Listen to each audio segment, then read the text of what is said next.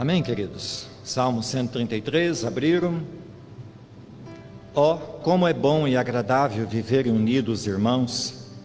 É como óleo precioso sobre a cabeça, a qual desce para a barba de Arão, e desce para a gola de suas vestes. É como o orvalho do Hermon que desce sobre os montes de Sião. Ali ordena o Senhor a sua bênção e a vida para sempre. Amém. Eterno Deus, diante da Tua palavra me rendo, me coloco diante de Ti, ó Deus, clamando a Sua misericórdia. Que não seja eu, ó Deus, empecilho para que esta palavra alcance o coração dos irmãos. Abre-nos, Deus, o entendimento para que sejamos alcançados, curados e tratados pelo poder da Sua palavra que é santa. Em nome de Jesus, Deus. Amém. Amada igreja, hoje é dia de celebrarmos a Deus pelos 4 anos da nossa igreja, mas mesmo com toda essa alegria, essa euforia, nós não podemos tirar os nossos olhos da realidade. Assim como os construtores do muro lá em Neemias, que estavam ali operando uma construção, reedificando o muro, numa mão eles tinham a espada, na outra a pá de serviço. Assim também deve ser cada um de nós. Nós devemos cuidar da nossa vida, cuidar daquilo que acontece ao nosso redor, para nunca esquecermos da realidade da vida espiritual. Nós temos que cuidar de todas as coisas, festejar em tempo de festejar, mas nunca esquecermos de que nós temos aquele que batalha contra nós, daquele que opera contra nós, e nós devemos estar atentos. E é a palavra de Deus quem nos dá toda essa força, toda essa capacidade de podermos então ter os nossos olhos abertos para nunca vacilarmos diante de Deus. O meu tema nesta noite é comunhão, é vida cristã, é unidade. Logo, amados, o resumo desta mensagem é nunca perdermos a intimidade com Deus e com nossos irmãos. Somente mantendo esta comunidade, mantendo essa koinonia, nós poderemos perseverar na nossa fé e sermos ainda mais abençoados por Deus. Meus irmãos, os dias, e nós sabemos bem disso, os dias estão cada vez mais difíceis de serem vividos. As pressões da sociedade, esse novo modus vivendi que nós estamos sendo pressionados para que nós andemos cada vez mais distantes um dos outros. Não pode abraçar, não pode beijar, não pode apertar a mão. Aliás, apertar a mão parece que virou quase que um sinônimo de medo. E tudo isso, queridos, concorre para induzir as pessoas a uma vida mais solitária, a uma vida mais afastada, mais ensimesmada, a uma vida mais voltada para o eu, uma vida umbigocêntrica, sem amor pelo próximo e inevitavelmente muito mais distante de Deus. Mas o que percebam, meus queridos, é que mesmo que alguns aqui e ali furem as regras, que se aglomerem em volta das mesas de bares, de clubes, de pesqueiros, de bingos, ainda assim todos, ou pelo menos uma grande maioria, sofrem da mesma coisa, sofrem de solidão. Quase todas essas pessoas, ainda que juntas, continuam meio que sós. Mesmo tendo uma multidão de pessoas ao seu lado, ela continua se sentindo só, continua sofrendo de uma doença chamada cada um por si. Todos estes, ou uma boa parte destes que estão nesses lugares, estão vazios disso que nós estamos experimentando nessa noite. Estão vazios da verdadeira comunhão, da verdadeira comunidade, estão vazios daquele que é o que preenche a nossa vida, que nos traz paz, que nos traz comunhão, que é o Senhor Deus, que é o Espírito Santo.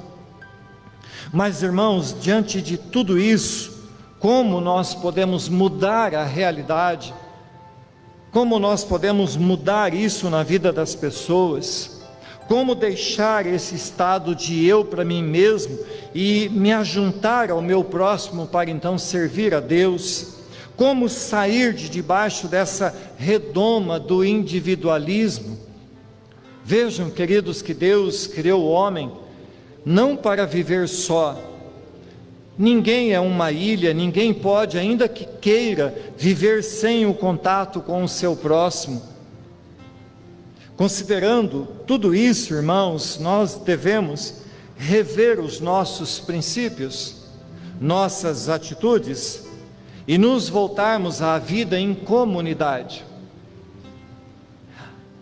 Quando nós lemos esse Salmo 133, nós percebemos que viver em comunhão, nós percebemos que igreja é um presente de Deus, que termos pessoas onde nós podemos vir, ainda que não possamos agora, nesse momento, abraçar, beijar, ainda assim a igreja continua sendo um presente de Deus, porque é aqui onde nós podemos congregar. A igreja é um presente de Deus, porque nós, quando reunidos, recobramos força, recobramos ânimo, nós somos tratados pela vida do outro, pelo sofrimento do outro, pela alegria do outro. E essa bênção de termos comunhão, de termos união, e ter união, amados irmãos, com pessoas, estar unidas, não é simplesmente estar juntos, mas é ter propósito, é estar todos debaixo do mesmo Deus, do mesmo Senhor Jesus e Salvador. Ter comunhão não é um socialismo desenfreado, não é algo sem fronteiras, mas verdadeiramente é entender que a minha bênção também é ser bênção na vida do meu próximo, na vida do meu irmão. Por isso, certa feita, Deus disse para Abraão: Abraão, sê tu uma bênção. Vejam, amados, que isso nos alcança. Não é só sermos abençoados, mas é nós sermos abençoadores. Quando estamos na igreja, nós estamos sendo abençoados. E o simples fato de estarmos na igreja é sermos abençoadores daquele que olha para nós e diz assim: que bom que ele veio, me sinto confortado, me sinto mais fortalecido, porque sei que outras pessoas amam o mesmo Deus que eu amo. Amada igreja, nós estamos completando 4 anos de existência como igreja local, mas já foram tantas boas experiências, já houveram tantos momentos difíceis, já nos alegramos, nós já choramos e estamos aqui. Creio, irmãos, que Deus ainda nos dará ainda muitas outras experiências para que possamos crescer diante dele como igreja local, mas sobretudo não como uma organização, mas como um organismo. Crescer no conhecimento, crescer na graça, crescer nas atitudes de vidas santas, de vidas transformadas. Portanto, amados, feita essa introdução, eu quero dividir com vocês um pouco do que é o Salmo 133, ter uma melhor compreensão do que esse Salmo significa para nós como pessoas que servem a Deus, como igreja do Senhor. O Salmo 133, ele expõe diante de nós 3 lindas e belas figuras que fundamentam o desejo da unidade. Quando o escritor, que é Davi, fez esse salmo, fez esse cântico, fez esse poema, a primeira figura é a própria unidade, conseguida no reinado de Davi, uma unidade política, uma unidade governamental. A segunda figura é o óleo, que era derramado sobre a cabeça de Arão, que representa a unidade sacerdotal, a unidade religiosa, a unidade de pessoas que servem a Deus. E a terceira figura é o orvalho, que caía sobre o Monte Hermão e alcançava de uma maneira impressionante o Monte Sião. E aqui essa figura representa a unidade geográfica. Isso significa que nós somos igreja em Arapongas, mas somos igreja com os irmãos que servem a Apucarana, Londrina, que servem a Deus na China. Então, a bênção de Deus, a figura desse orvalho, é de que nós servimos a Deus em todos os lugares do mundo. Então, amados, considerando que Deus não nos quer vivendo solitários, haja vista que viver só não é bom. Quem já teve Covid, como eu e minha casa, e já ficamos isolados 14 dias ou mais, sabe como é ruim ficar preso dentro de casa.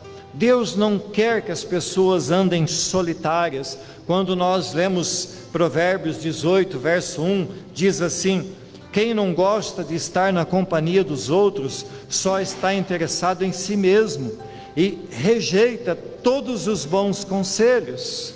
Veja, amada igreja, nós precisamos voltar ao princípio de sermos um povo unido, um povo solidário, um povo consciente de que o Senhor nos quer unidos, e unidos Ele nos abençoa. Há uma certa história, ela é meio longa, eu ia ler, mas eu vou pular essa história e vou falá-la de cabeça, para ganhar tempo. Há uma certa fábula que numa era glacial, num tempo de muito frio, as criaturas então começavam a morrer congeladas. E havia nessa época uma grande manada de porcos espinhos. E esses porcos então começaram a se ajuntar para se aquentarem, para se aquecerem, para não morrerem de frio. Mas o que acontece, amados, é que em determinado momento os espinhos de um e de outro começou a incomodar. O espinho de um perfurava o outro, incomodava o outro, e isso foi fazendo com que eles começassem a se afastar, começassem a não querer mais ter comunidade, a não querer mais estar juntos. Então foram se afastando, e muitos, quanto mais se afastavam, mais ficavam gelados, mais iam esfriando, e por fim muitos e muitos morreram. Os que sobreviveram, então perceberam a necessidade da comunhão e começaram a voltar, começaram a se aproximar novamente, mas eles se aproximaram agora com sabedoria, mantendo uma distância saudável, uma distância que permitia eles sentirem o calor um dos outros, e assim permaneceram vivos. Pois bem, meus irmãos, essa história mostra-nos por si só a importância da comunhão. Não só precisamos uns dos outros, mas como também esse é o desejo de Deus. É necessário vencer os desafios, vencer as diferenças, sendo necessário aceitá-las, sendo necessário administrá-la. Somente assim haverá êxito na prática do amor ao próximo, da vida em comunidade.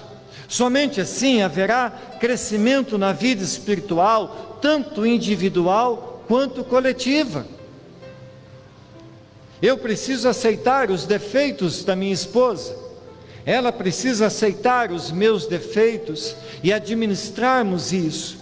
Isso serve de mim para o Amarildo, serve de mim para o André, serve de mim para o Tiago. Nós temos que aceitar o que somos e amar mesmo assim, porque isso é viver em comunidade.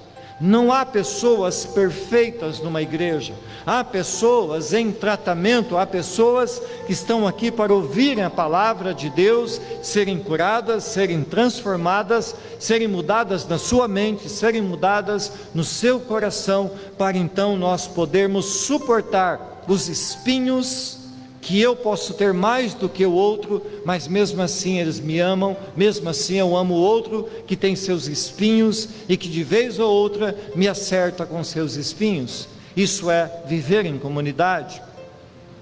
Esse salmo traz algumas interpretações E apenas, irmãos, a título de informação, alguns teólogos deram algumas contribuições, nem todas certas, mas todas elas nos trazem alguma compreensão do texto que lemos. Agostinho, um dos pais da igreja, defendia que esse salmo tratava-se da união, da comunidade, dos gentios e judeus, ou ainda dos apóstolos e dos cristãos de Atos 2, ou ainda que era necessária uma vida monástica, uma vida de reclusão, uma união afastada de tudo para que eles pudessem ser abençoados. Jerônimo, um outro pai da igreja, pensava a mesma coisa, mas esse pensamento também não era correto. Eu já ouvi, irmãos, alguns pregadores dizendo, citando esse salmo, dizendo que Davi, ao escrevê-lo, estava escrevendo para trazer à tona a vida da família, a união dos seus filhos, mas isso também não encontra base bíblica, porque, convenhamos, a história da família de Davi não é nenhum exemplo. Calvino dizia assim: pela barba e pela gola das vestes nós somos levados a entender que a paz vem de Cristo como cabeça e espalha através de todo o comprimento e largura da igreja. E há outras interpretações e todas contribuem, mas, irmãos, é certo e é sabido de todos que Davi, sendo ele o compositor, o escritor desse hino, o fez, mas o fez exatamente por quê? Porque estamos aqui nessa noite lendo esse salmo. Qual é a importância desse salmo para a nossa vida em 2020? Qual a importância desse salmo para mim, para você que servimos a Deus, que amamos a Deus?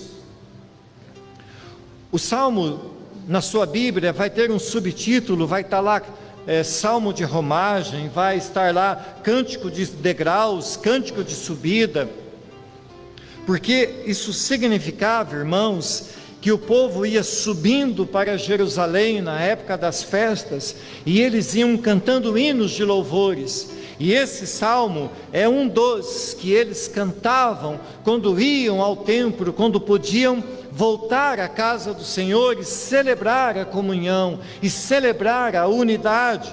Esse hino reforça a necessidade do povo de Deus de viverem juntos, de viverem unidos. Mas, irmãos,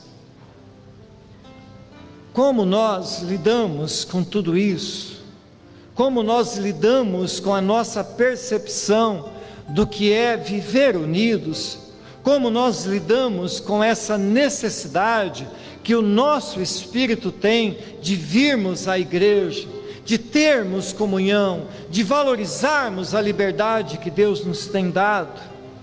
Quando Davi escreveu esse salmo, esse hino, ele o escreveu porque o contexto que eles estavam vivendo era de uma liberdade, de uma comunhão que eles não tinham antes.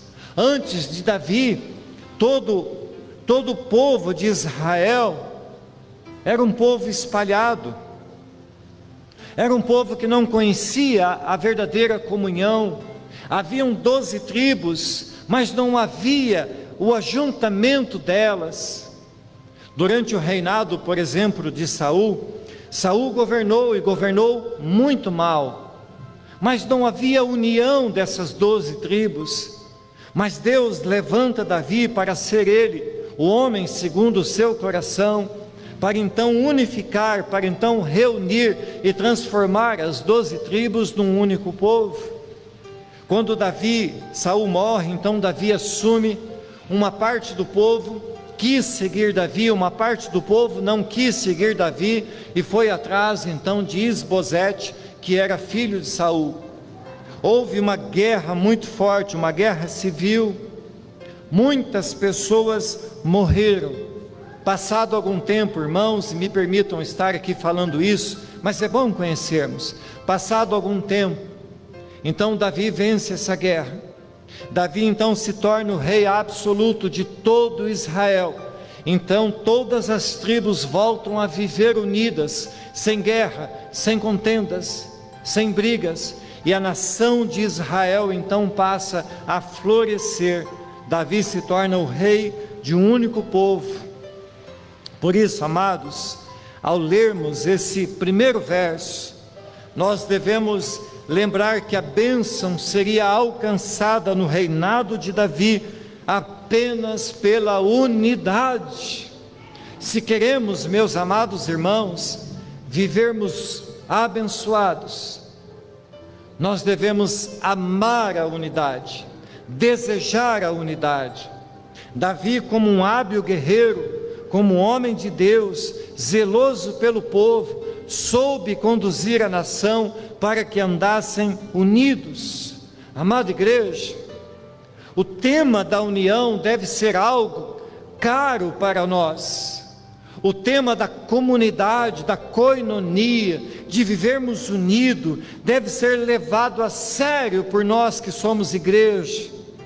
Deus não mudou. Isso, amados, significa dizer que se queremos ser abençoados, precisamos manter nossa comunhão como igreja, como povo de Deus, como irmãos em Cristo.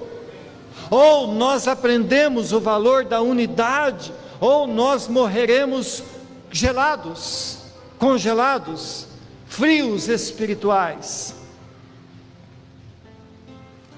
Terceira coisa desta mensagem, terceiro ponto, que unidos debaixo da bênção sacerdotal, nós somos melhores, somos mais abençoados. A figura da linguagem usada no versículo 2, revela a unidade das 12 tribos submetidas ao ministério sacerdotal dado por Deus ao povo de Israel.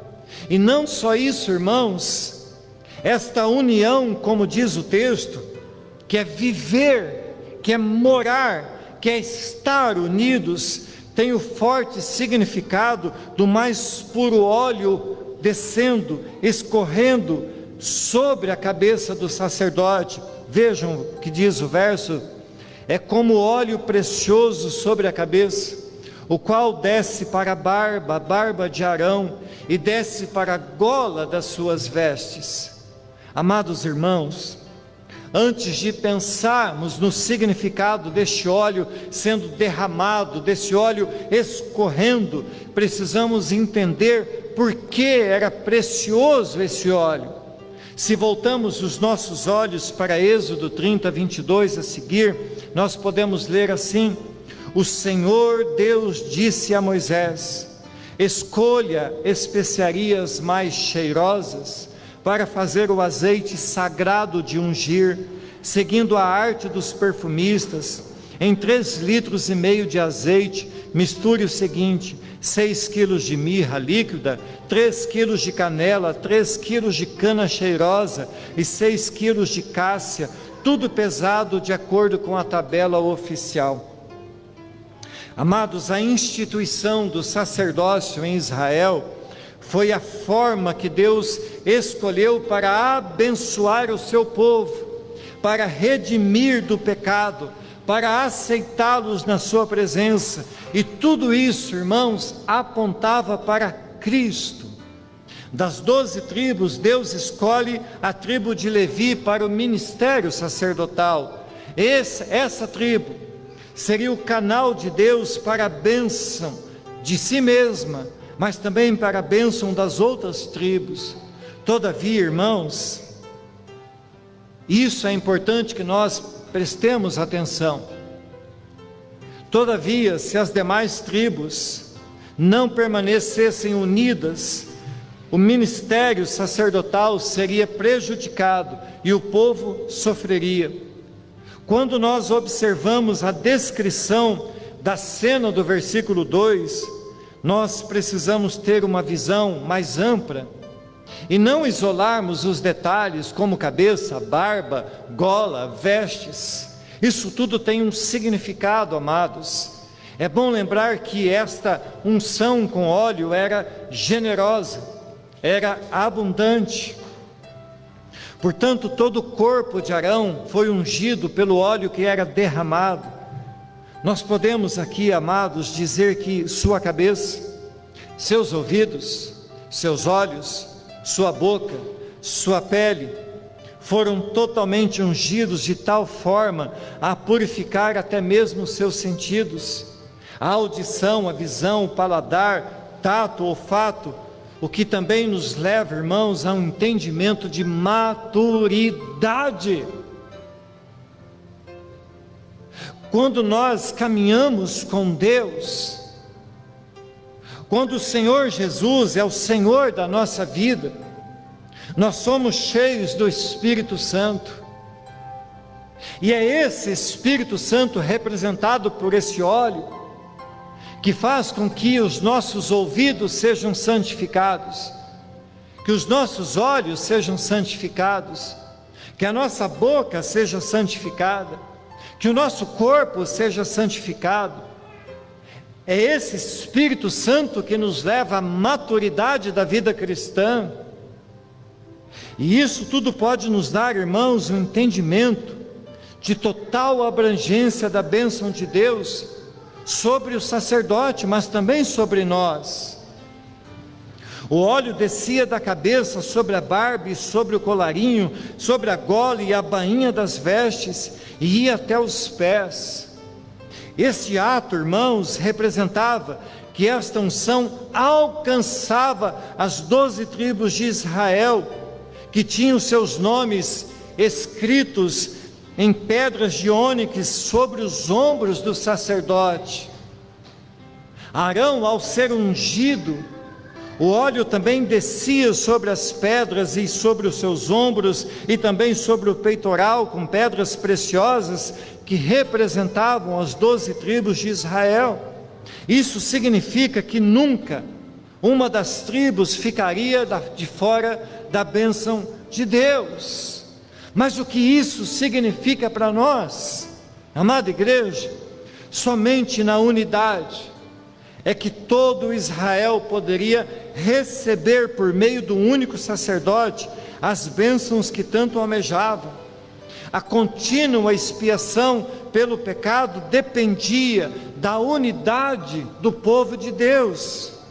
Este óleo, ele nos remete à obra do Espírito Santo, sendo derramado sobre todos os crentes e fazendo deles sacerdócio universal. É por meio desse Espírito Santo que fomos libertos da necessidade de termos sacerdotes para falarem a nosso favor, para intercederem a nosso favor.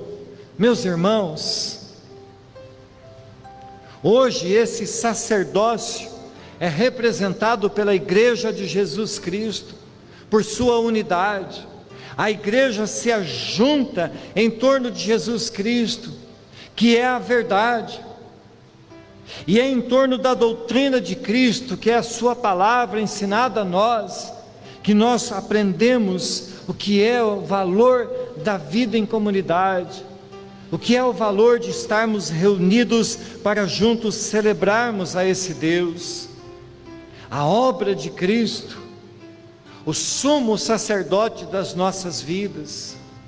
Hoje, irmãos, nós podemos voltar os nossos olhos e contemplar não mais um sacerdote humano sujeito a falhas, mas um sumo sacerdote totalmente puro, totalmente santo, totalmente capaz, totalmente eficaz de nos abençoar. Jesus, ele é o nosso sumo sacerdote. Hebreus 4,14 diz assim: tendo, pois, a Jesus, o Filho de Deus, como grande sumo sacerdote, que penetrou os céus, conservemos a nossa confissão. Nele, irmãos, fomos lavados, remidos, redimidos. O seu sangue lavou, pagou a nossa dívida. O seu sacrifício foi definitivo. Nós estávamos nele morrendo para a nossa velha natureza e sendo abençoados com uma nova vida. E essa nova vida é a vida de Cristo vivendo em nós. É bom servirmos a Deus. É bom sabermos que quando somos regenerados por Cristo, nós podemos olhar um para o outro e saber que quando servimos a Deus, quando entregamos nossas vidas para Deus, a nossa vida é mudada, a nossa vida é transformada, e então nós podemos nos achegar diante de Deus sem a necessidade de um sacerdote humano. Não precisa pastor, não precisa padre para nos achegarmos a Deus. Tudo o que precisamos é de chegarmos diante de Deus e dizermos: Deus, eu estou aqui. Aqueles que foram chamados para ministrar a palavra, para pregar a palavra, são apenas vasos humanos para ensinarem a palavra de Deus, mas são apenas homens falhos, carentes da misericórdia de Deus, que se gastam e se desgastam para verem as pessoas ouvindo a palavra de Deus. Deus me tem dado esse privilégio de me gastar e me desgastar, não só a mim, irmãos, mas a minha esposa, os meus filhos, se desgastam juntos nessa obra, mas essa obra é por demais maravilhosa, por demais abençoada. Quarta coisa, grandes são os resultados de suas bênçãos. Verso diz assim: é como o orvalho do irmão que desce sobre os montes de Sião, ali ordena o Senhor a sua bênção e a vida para sempre. É interessante, queridos, o salmista fazer esta ligação do monte Hermão com o monte Sião. Afinal, eles ficavam distantes, diametralmente opostos. Hermão ao norte, Sião ao sul. Hermão se erguia a mais de 2.800 metros, longe. O seu alto pico congelado produzia, irmãos, um espesso orvalho que representava vida para todas as pessoas que moravam nos arredores. As terras que ali eram alcançadas por esse orvalho eram terras produtivas, terras férteis. Mas vejam, queridos, que Sião estava a mais de 200 quilômetros de distância, a 800 metros de altura, que dependiam de chuvas que nem sempre vinham, que ao seu pé estava o Mar Morto, que logo ali depois dele já começava um deserto. Davi, como bom poeta, usa o recurso da poesia para descrever o poder de Deus que vai além das barreiras geográficas. E é óbvio, irmãos, que Sião, tão distante do irmão, não poderia ser banhado pelo mesmo orvalho, mas o mesmo orvalho que caía no monte Hermão abençoava Sião. Me permitam aqui, queridos, abrir um parágrafo, um parêntese, melhor dizendo. Não existem, meus irmãos, barreiras que impeçam Deus de nos abençoar. Sempre que nós duvidamos, nós estamos diminuindo a possibilidade de recebermos algo da parte de Deus. Jesus, certa feita, disse assim: se creres, verás a glória de Deus. Jerusalém, no alto do Sião, era uma fortaleza inexpugnável, e mesmo assim, Davi a conquistou.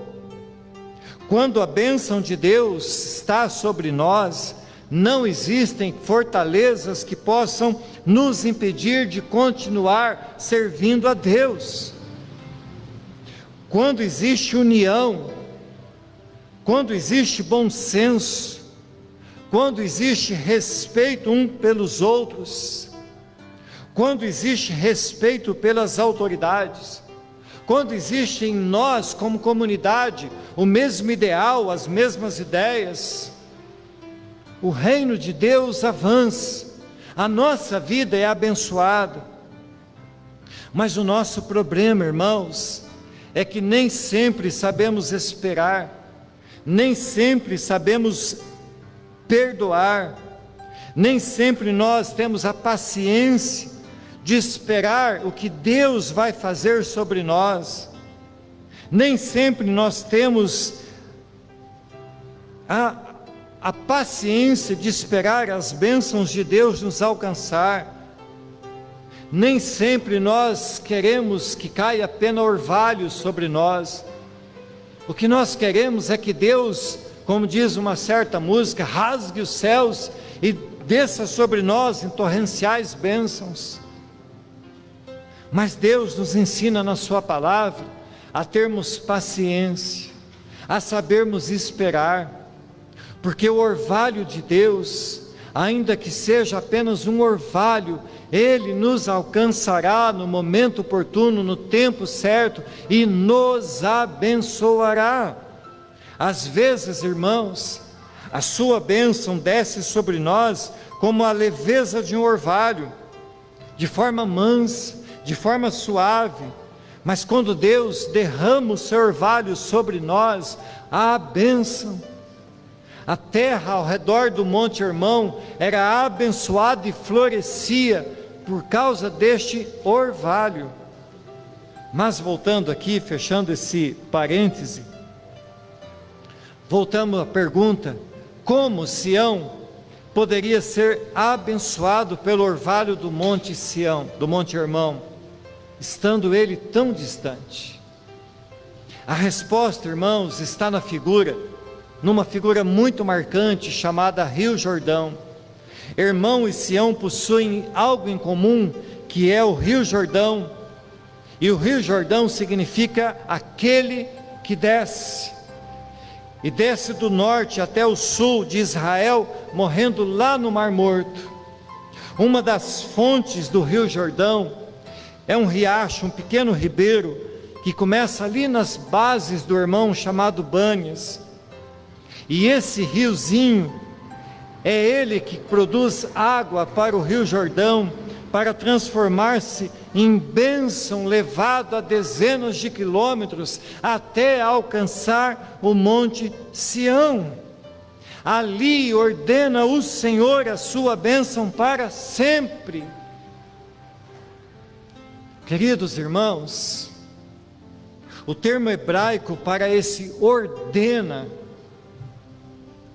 o que Deus está falando para nós, o significado desse ordena, é que há um sentido de continuidade. Há um orvalho de Deus que desce, mansa e suavemente, mas que de forma contínua, de forma absoluta, está abençoando aqueles que são alcançados por Deus. Deus não mudou, meus irmãos. O Deus que abençoava aquele povo é o mesmo Deus que tem abençoado a cada um de nós. Em Sião o Senhor estabeleceu o seu reino e o seu sacerdote, 2 ofícios de bênçãos para todo o povo que se mantinha unido na unidade política, unido na unidade sacerdotal, mas também unido na unidade geográfica. Foi nesta cordilheira, irmãos, onde está o Monte Sião, que encontramos o Monte Moriá, local onde Abraão, por obediência a Deus, dispôs-se a sacrificar o próprio filho. Foi aqui também, irmãos, veja como tudo isso nos leva para Cristo. Foi aqui também onde, num pequeno monte, uma cruz se erigiu. Foi nesse lugar onde uma cruz foi levantada e o Filho de Deus foi sacrificado. Foi aqui nesse monte, meus amados irmãos, onde nós fomos unidos a Cristo na sua morte. Em Cristo Deus nos chamou para ser um povo. Em Cristo Deus nos chamou para exercer um ministério. O povo de Deus é uma nação santa e exerce um sacerdócio que é abençoado na sua unidade. E se no Antigo Testamento, irmãos, a terra ela era abençoada por meio de Israel, hoje a terra é abençoada por meio do sacerdócio universal dos crentes. O povo, o mundo, é abençoado pela igreja de Cristo. Nela o mundo incrédulo pode encontrar o pão vivo, pode encontrar a vida, pode encontrar a liberdade e pode encontrar a própria vida que é Cristo. A igreja é o lugar onde o Senhor ordena a sua bênção para sempre. A igreja é o começo da vida eterna. A igreja unida é na terra, irmãos, o início daquilo que viveremos eternamente. Vejam, meus amados irmãos, amada igreja, que quando eu disse daquela parábola dos porquinhos espinhentos, eu estou dizendo que nós, como igreja, precisamos aprender a viver em comunidade, porque nós, igreja, aqui hoje, começamos o que viveremos no céu eternamente. Enquanto nós estamos aqui, somos falhos, somos pecadores, somos imperfeitos, ainda que aquele que é perfeito mora em nós. Mas aprendendo a viver aqui em comunidade, aceitando as imperfeições uns dos outros, esse é o princípio do que viveremos na glória eterna, no céu eterno. Lá não haverão mais espinhos, lá não haverá mais problemas uns com os outros, porque todos nós estaremos como Cristo hoje está, glorificados, vivendo a vida eterna, tendo nossas vestes brancas como a neve, e viveremos para a glória do Senhor eternamente. Em Cristo nós somos uma só igreja, não somos uma igreja limitada, não há barreiras geográficas, nós somos a igreja visível em todos os lugares do mundo. Onde houver um povo que ame a Jesus Cristo, onde houver um povo que ame a Deus, nós viveremos uma só igreja, um só povo, para a glória de Deus eternamente. Ali ordena o Senhor a sua bênção. Ali não é lá no alto do monte Sião, então somente. Ali é aqui, nesse lugar de hoje. Ali em todas as igrejas que amam a Jesus Cristo. Ali onde o Senhor ordena a sua bênção, é onde os irmãos se unem para a glória de Deus. Ali é onde nós nos aceitamos, ali é onde nós, como homens e mulheres de Deus, levantamos mãos santas. Ali é onde nós olhamos uns para os outros e intercedemos uns pelos outros. Ali é onde nós, como igreja de Deus, visível, servimos ao Deus que é invisível, mas real. Viver a realidade desse salmo, meus amados irmãos, é algo que depende de um milagre nas nossas vidas.